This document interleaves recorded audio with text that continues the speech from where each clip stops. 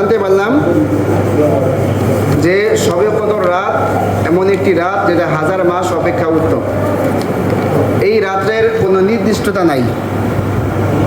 21 তারিখে হতে পারে এরকম না, বা 23 তারিখে হতে পারে এরকম না, 25 এরকম না, 27 এরকম না, মানে প্রত্যেকটা রাতের ব্যাপারে হাদিস আসছে।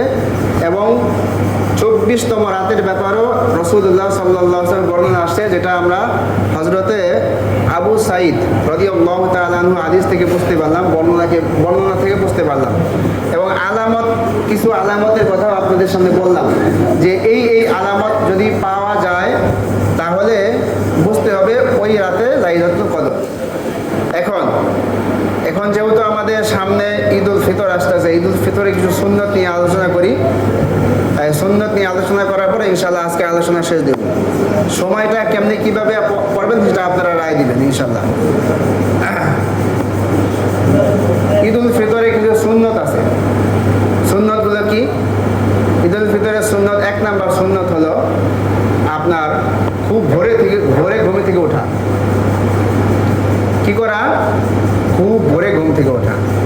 আমরা কি করি? আপনারা যে এলাকায় থাকেন আপনারা কি করেন? এলাকায় ভোরে ঘুম থেকে ওঠেন না? ওঠেন তো? কথা বলে না। ঘুম থেকে ওঠেন না? আমরা ঘুম থেকে উঠে কি করি? গোসল করি, নামাজ পড়ি না। এই কাজ করা যাবে না। দলে দলে যায়, ভোরে গোসল করতে যায়, কিন্তু দলে দলে নামাজ পড়ে না। আপনি ফরজ পেয়ে সুন্নত আদায় করতে কোনো লাভ নাই। গোসল করা হচ্ছে সুন্নত, আর ফজরে ফরজ আদায় করা হলো ফরজ।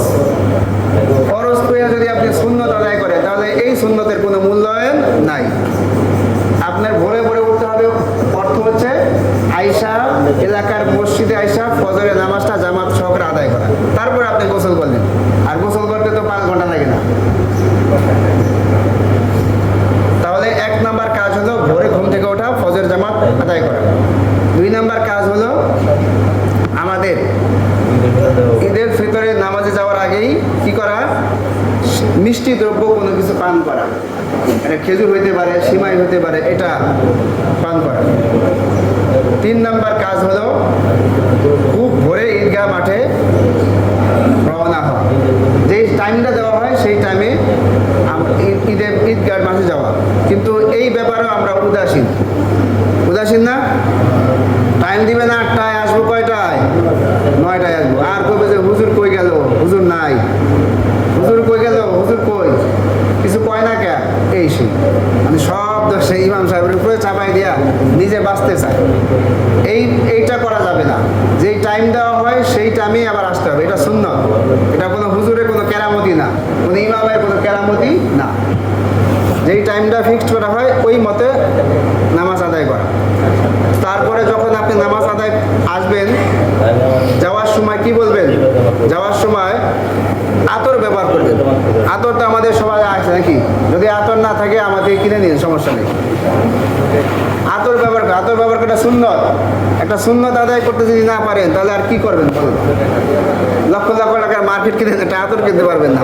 আতর কিনবেন, আতর ব্যবহার করবেন। এটা সুরমা দিবেন, চোখে যদি পারেন যদি সুরমা দিবেন, ভালো সুরমা যদি পান সুরমা ব্যবহার করবেন। আতর সুরমা দিবেন। তারপরে যখন ঈদগাহ মাঠে যখন যান, মনে মনে এই দোয়াটা মনে না আস্তে আস্তে পড়বেন। আল্লাহু আকবার, আল্লাহু আকবার, লা ইলাহা ইল্লাল্লাহ, আল্লাহু আকবার, আল্লাহু আকবার, ওয়ালিল্লাহিল হামদ। এই তাকবীরটা মানে আস্তে আস্তে।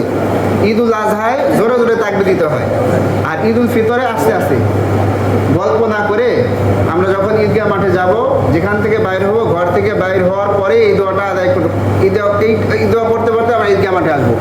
আল্লাহু আকবার, আল্লাহু আকবার, লা ইলাহা ইল্লাল্লাহ, আল্লাহু আকবার, আল্লাহু আকবার, ওয়ালিল্লাহিল হামদ।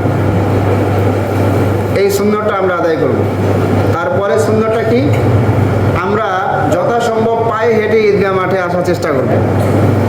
যানবাহনে করে ঈদগাহ মাঠে না আসাই ভালো।